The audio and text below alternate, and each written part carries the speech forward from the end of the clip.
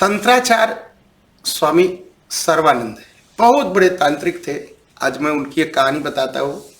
बहुत बड़े तांत्रिक थे वो, और काफी पुस्तकें लिखी उन्होंने तंत्र के बारे में, और बहुत बड़े विद्वान थे।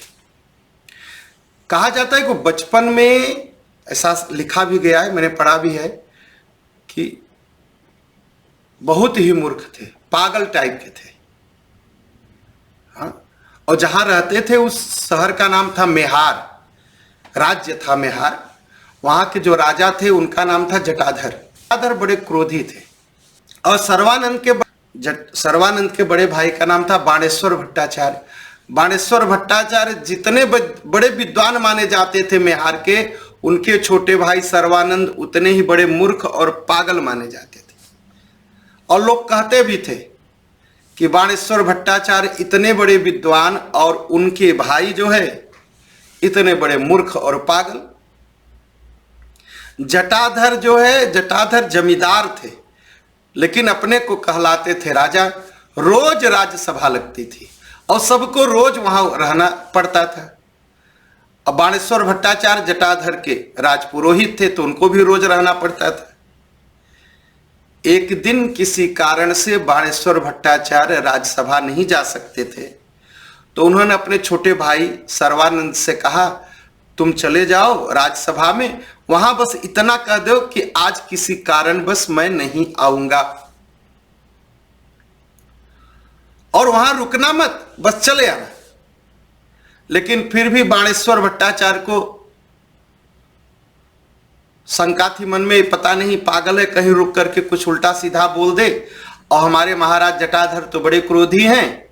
तो उन्होंने क्या किया, सर्वानंद का पुत्र था, सर्वानंद का विवाह हो गया था, उनकी पत्नी का नाम वल्लभा था, तो उनके पुत्र को साथ में भेज दिया कि साथ में पुत्र रहेगा तो जल्दी चला आएगा। कहा वहां रुकना मत, बस चले आना खबर दे करके। सर्वानंद जब राज्यसभा में पहुंचे, तो राज्यसभा ऐसी सभा उन्होंने कभी देखी नहीं।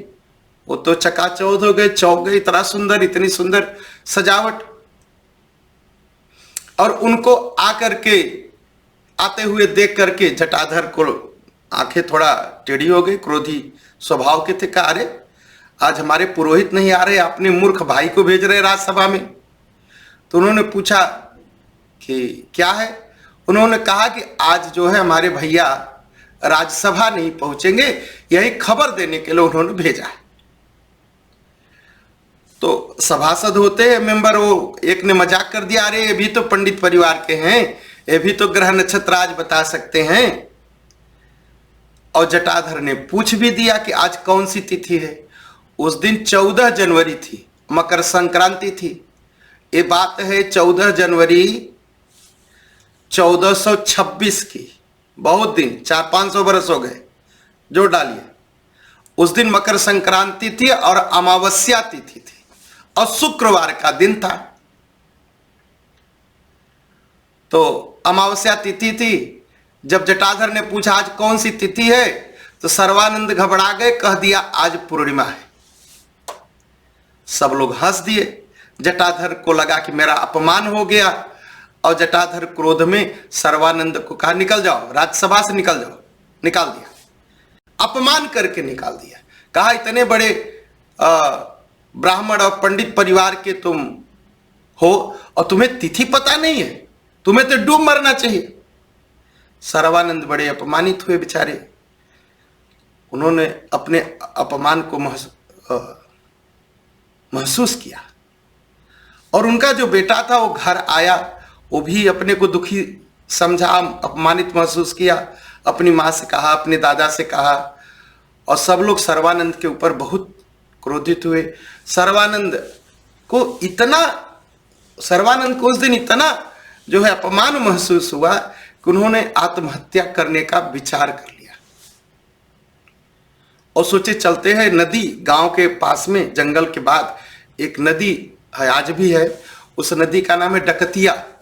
कहा, डकतिया नदी में कूद करके हम मर जाएंगे, आज जीवन समाप्त कर लेंगे, क्या जीना, जब पत्नी सम्मान नहीं करती, परिवार के लोग सम्मान नहीं करते, राजा ने भी सबके सामने अपमान कर दिया, सब लोग मुझे पागल समझते हैं, वो घर से निकल गए। जब घर से निकले तो पत्नी ने भी ख्याल नहीं किया कि भोजन किए हैं कि नहीं किए हैं। जो दोपहर हुई तो पत्नी को चिंता हुई कि आज तो हमारे पति ने भोजन नहीं किया, तो खोजने लगी तो पता नहीं चला। तो घर में एक नौकर था, उसका नाम था पूर्णानंद, और पूर्णानंद बहुत दिनों से उनके यहाँ नौकर था, बूढ़े हो गए थे।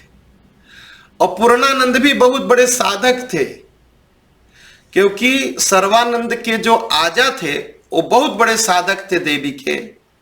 वो शरीर छोड़ते समय, उनका नाम था वसुदेव, उस शरीर छोड़ते समय उनका नाम था वसुदेव भट्टाचार्य। शरीर छोड़ते समय उन्होंने पूर्णानंद से कहा था तुम्हें देवी का दर्शन होगा और तुम परिवार की सेवा करना, मैं पुनः जन्म लूंगा अपने ही पोते के रूप में, अपने क्लाइन किंद के रूप में, तो उस समय मैं तुम्हें देवी का दर्शन कराऊंगा। पूर्णानंद बड़े भाव से इंतजार करता रहा। जब सर्वानंद का जन्म हुआ, एक दिन सर्वानंद बैठे थे, पूर्णा ने देखा, अरे ये तो चेहरा मेरे गुरुदेव का है। तो उसी दिन से उसने बड़े भाव से, सारी मेहार की जनता जो है सर्वानंद को पागल समझती थी, लेकिन पूर्णानंद जो है घर का नौकर पूरे भाव के साथ गुरु मान करके सर्वानंद की सेवा करता था। जब कोई से कोई दुख दे देता था सर्वानंद को, कोई बात सुना देता था, तो सर्वानंद आकर के पूर्णानंद के गोद में बैठ के रो लिया करते थे और वहीं सो जाया करते थे। बड़े भाव से सेवा करता था। तो सर्वानंद जब जंगल को चले गए, दोपहर तक नहीं आए, तो परिवार के लोगों ने पूर्णानंद को भेजा, जाओ खोज के लाओ, कहीं होगा। अब पूर्णानंद गए खोजने, चारों तरफ मिलते नहीं। हर घर में पूछा, किसी ने सर्वा को देखा, किसी ने सर्वानंद को देखा। अरे सब लोग कहते वो पागल है, कहीं चला गया होगा, उसका दिमाग नहीं ठीक है।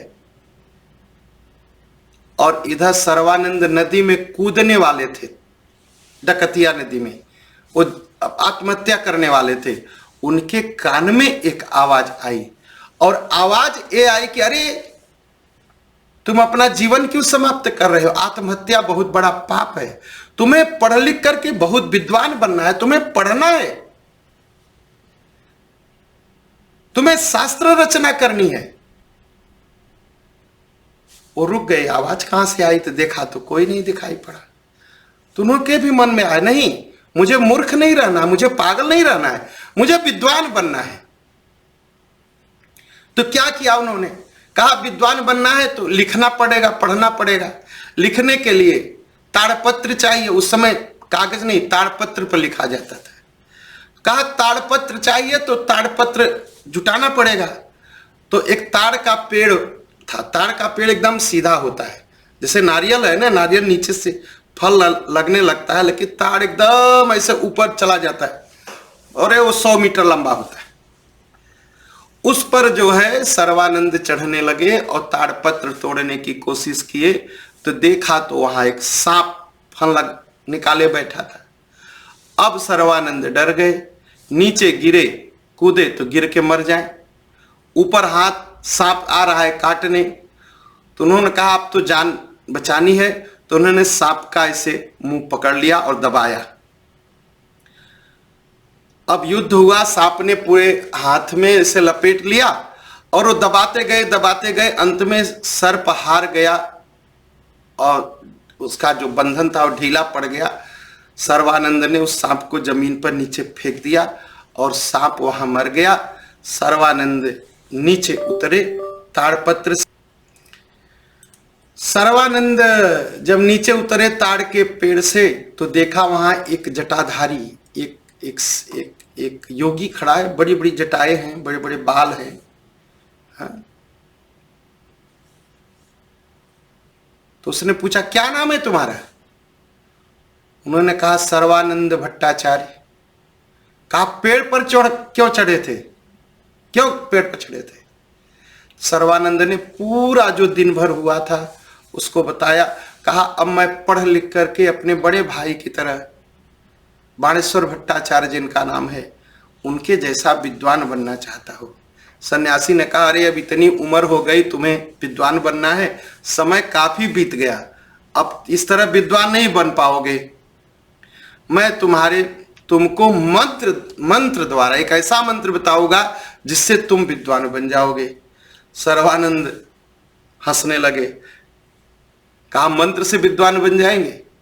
कहा तुम्हें मंत्र की शक्ति पता नहीं इसलिए हंस रहे हो। मंत्र में भाई बड़ी शक्ति होती है, बहुत शक्ति होती है। मैंने अपने जीवन में मंत्रों की शक्ति बहुत देखा। तो सर्वानंद ने क्या किया? हंसने लगे। तो जटाधारी ने कहा तुम्हें विश्वास नहीं, ठहरो, मैं रुको, मैं बताता हूं। कहा देखो उस सांप को तुम ऊपर से नीचे गिरा दिए हो और उसकी शरीर फट गई है, टुकड़े में हो गई है। हाँ, कहा दोनों जब फट गया उसको थोड़ा इकट्ठा करो, उस पर यही मंत्र कहो। और जैसे ही मंत्र कहा वो सर्प जिंदा हो गया और जंगल को चला गया। सर्वानंद तो डर गए, अरे मरा हुआ सांप मंत्र से जिंदा हो गया। अब उसे मंत्र पर विश्वास हो गया। कहा विश्वास हुआ? जटाधारी ने पूछा। कहा हाँ विश्वास हो गया। कहा पद्मासन लगाओ, पद्मासन पर बैठ जाओ। सर्वानंद बैठ गया उनके सामने। कहा आज मैं तुम्हें दीक्षा दूंगा और यह मंत्र है, यह बीज मंत्र है, इसे तुम सिद्ध करोगे। ऐसे सर्वानंद को ऐसा कहते हुए छू दिया। और जैसे ही जटाधारी ने छुआ सर्वानंद को लगा कि इस पूरे शरीर में जैसे बिजली दौड़ गई। हाँ? सर्वानंद ने पूछ दिया आप मुझे दीक्षा दोगे, आखिर क्यों? सन्यासी ने कहा, जटाधारी ने कहा आज देवी मां मेरे पास आई थी, उन्होंने कहा है, उन्होंने भेजा है तुम्हें मंत्र दीक्षा देने के लिए। आज मैं तुम्हें मंत्र दीक्षा दूंगा। कहा मंत्र दीक्षा के लिए पूजन का सामान चाहिए, सब कुछ चाहिए। कहा उसकी चिंता नहीं, वो सब मैं लेके आया हूं। तो सर्वानंद को मंत्र की दीक्षा दी उसने। और सर्वानंद को जैसा जैसा बताया जटाधारी ने, सर्वानंद ने सब कुछ किया वैसा, मंत्र की दीक्षा दी। कहा आज से तुम्हें अनेक जन्मों की याद आ जाएगी और तुम्हें बहुत सारे जो है विद्या की प्राप्ति होगी।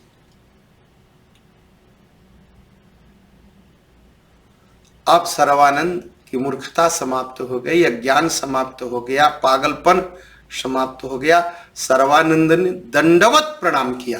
कहा देखो, जटाधारी ने कहा देखो इस मंत्र के जाप करने से तुम्हें पूर्णानंद की सहायता से देवी का दर्शन होगा। कहा महाराज गुरुदेव आप तो हैं, तो मुझे पूर्णानंद जो हमारे घर का नौकर है उसकी सहायता क्यों लेनी पड़ेगी? कहा नहीं, यहां से मेरा काम समाप्त हुआ, अब पूर्णानंद की सहायता से तुम्हें देवी का दर्शन होगा। उसी समय थोड़ी देर में ही पूर्णानंद खोजते खोजते सर्वानंद के पास पहुंचा। तो सर्वानंद का चेहरा देख करके वह बहुत ही आश्चर्यचकित हुआ। अरे ये तो पागल जैसा मेरा सर्वानंद, इतना बड़ा ज्ञानी दिखाई पड़ा, इसके चेहरे पर चमक है। तो सर्वानंद ने उस दिन की सारी घटना पूर्णानंद को सुनाई। कहा अब आपकी कृपा से मुझे देवी का दर्शन होगा, लेकिन उसके लिए किसी चांडाल का शव चाहिए। पूर्णानंद ने कहा मैं चांडाल हूं, मैं अपना मृत्यु को प्राप्त करूंगा और तुम मेरे शव पर साधना करो, तुम्हें दर्शन हो जाए देवी का। सर्वानंद इसके लिए तैयार नहीं हुए। पूर्णा ने कहा अगर आप मेरे शव को नहीं लोगे तो मैं यही नदी में कूद के मैं मर जाऊंगा। और मरता क्या न करता। सर्वानंद ने कहा ठीक है, तैयार हो गए। सर्वानंद ने उस दिन पूर्णानंद के मरे हुए शरीर पर बैठ के शव साधना की।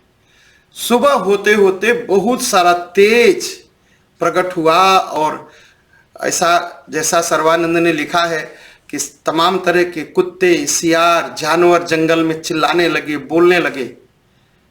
कहा थोड़ी देर बाद भोर के समय देवी प्रकट हुई दर्शन हुआ, सर्वानंद ने दर्शन किया और फिर सर्वानंद ने प्रणाम करके कहा, माँ इस पूर्णानंद की इच्छा है कि आप इसको दर्शन दो।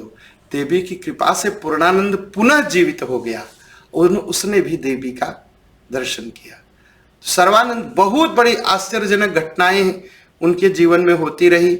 एक बार वो बनारस आए तो उनका नाम सर्वानंद का होने लगा, तो कुछ अनपढ़ जो पंडित होते हैं अधकचरे वाले, वो विरोध करना शुरू कर दिए। सर्वानंद पाखंडी है, सर्वानंद चोर है, सर्वानंद पाखंड करता है। सर्वानंद सोचे कि ये तो समाप्त होना चाहिए, समाप्त होना चाहिए। तो उन्होंने क्या किया, चुपचाप रहे, सभी को निमंत्रण दिया, सभी पंडित जी को भंडारा किया, सबको भोजन पर बुलाया और इतने विनम्र भाव से बुलाया कि सभी लोग जुट गए। और जब भोजन परसा गया, पूरी सब्जी तरकारी जो कुछ परसा गया, तो जब परसा गया तो लोग भोजन करने बैठे। तो पंडित जी लोग जब भोजन उठाते देखते तो वहां पूरी सब्जी थी, जब हाथ लगता तो मांस बन जाता, पानी मदिरा बन जाती। तो जो सर्वानंद के शिष्य थे कहा, देखिए महाराज, हम तो परस रहे हैं पूरी कचौड़ी सब्जी तरकारी, और ये जो है आपके हाथ लगते ही मांस बनता जा रहा है, ये आप लोगों के पाप के कारण है, आप क्षमा मांगिए गुरुदेव से। तो सब ने गुरुदेव से क्षमा मांगी और पूर्णानंद सर्वानंद का नाम बहुत बड़ा हुआ और बहुत ही काम किया उन्होंने तंत्र पर, बहुत सारे पुस्तकें लिखी तंत्र पर। हाँ, बहुत सारे पुस्तकें लिखी उन्होंने। और ऐसा कहा जाता है सर्वानंद किसी को छू देते थे उसकी बीमारी समाप्त हो जाती थी, बीमारी समाप्त हो जाती थी। उनके कुछ भी बोल देते थे, किसी को आशीर्वाद देते थे, सत्य हो जाता था। सर्वानंद बहुत बड़े विद्वान।